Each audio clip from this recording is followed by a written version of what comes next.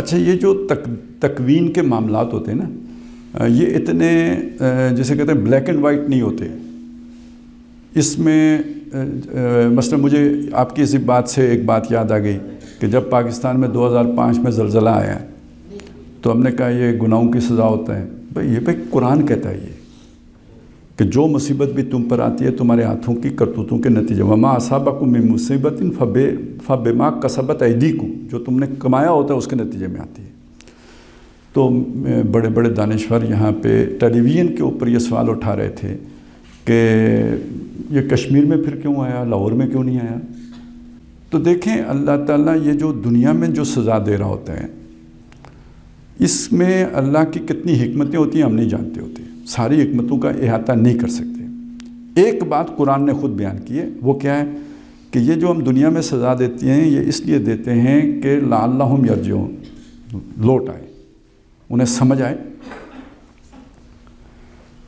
وَلَنُذِيقَنَّهُم مِّنَ الْعَذَابِ الْأَدْنَىٰ دُونَ الْعَذَابِ الْأَكْبَرِ لَعَلَّهُمْ يَرْجِعُونَ، شاید کو لوٹ آئیں. یہ مضمون قرآن مجید نے بہت سی جگہوں پہ بتایا کہ دنیا میں مصیبت توبہ کرنے کی طرف متوجہ کرنے کے لیے آتی ہے.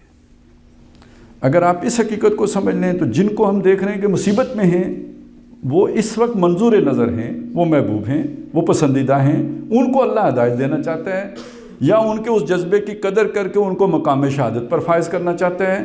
تو یہ ہمارے سوچ کے مطابق وہ عذاب میں ہیں، وہ عذاب میں نہیں ہیں، وہ تو اس وقت یعنی پاک ہو رہے ہیں، صاف ہو رہے ہیں، یا یہ کہ اللہ کی طرف متوجہ ہونے کے مواقع حاصل کر رہے ہیں.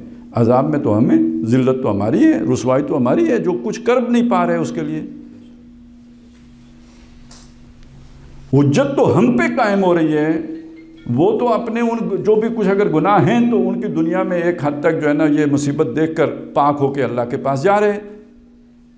اور ہم جو ہیں ہم یہ سارا تماشا دیکھ کر سوچنے کے لیے بھی اگر تیار نہیں ہوتے تو پھر یہ مرنے کے بعد، آنکھ بند ہونے کے بعد پتہ چلے گا کہ اصل مصیبت کس پر آئی ہے.